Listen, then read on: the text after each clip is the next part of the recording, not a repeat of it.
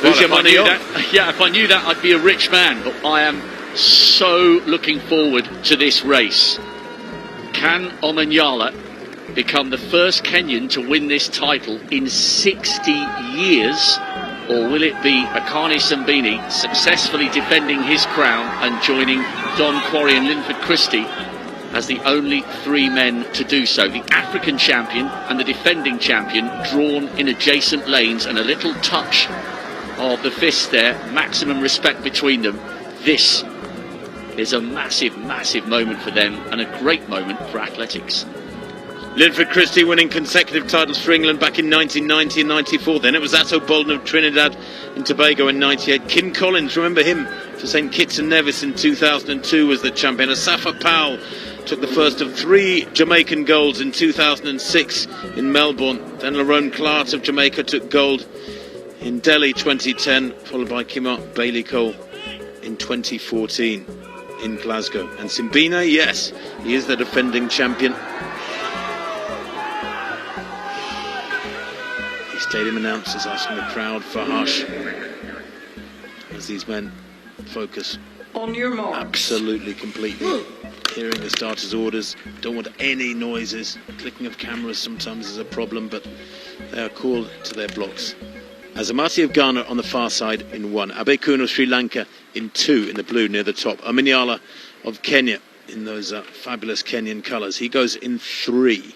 Simbine, the defending champion, goes in lane 4 for South Africa. In 5, Emmanuel Eseme of Cameroon. In 6, Mitchell Blake of England. In 7, Wales' Azu. And Rohan Browning of Australia, nearest the camera. Set. Good start there from Omanyala. He's got the jump on Simbine at the moment. Omanyala's going away with this one. He will not be caught. This is justice for the man who couldn't do himself justice in Eugene. He takes the goal for Kenya. 10-0-2 into a slight headwind, minus 0.9. But daylight between Ferdinand Omanyala of Kenya and the rest. Maybe about a meter's difference in it. The winning time, well, it doesn't matter a hoot. Who cares that it wasn't under 10 seconds? It was brilliant running at the start. He got out of the block so well, put the others under pressure, and Omanyala has gold. And we talk about the Kenyans being the long-distance specialists. They dominate at cross-country. They're great at steeplechase, 5,000, 10,000. This guy is from the other end of the distance spectrum. Akani Simbine takes the silver, 10.02 from Omanyala. The South African 10.13. I think a tinge of disappointment of those features. He was well beaten, but he does take the silver. And Yupan Abekun of Sri Lanka, a bronze medal, 1/100th behind Simbine. And Azamati of Ghana, the unlucky 4th place. Again, just 2 100ths down on bronze. Well, from a neutral's point of view, you've got to be so pleased for Omanyala. It was an awful way for him to arrive at the World Championship as one of the fastest men in the world this year, only having 3 hours to prepare for his heat. It was a hopeless quest to try and taste glory and gold in Eugene.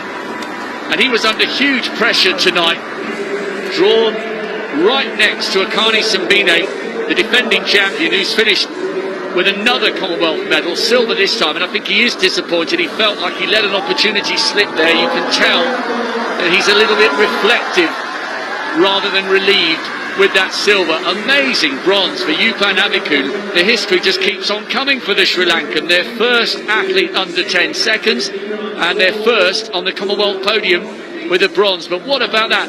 No Kenyan has won this title since Serafino Antau won in 1962 when it was over 100 yards. History again tonight in Birmingham.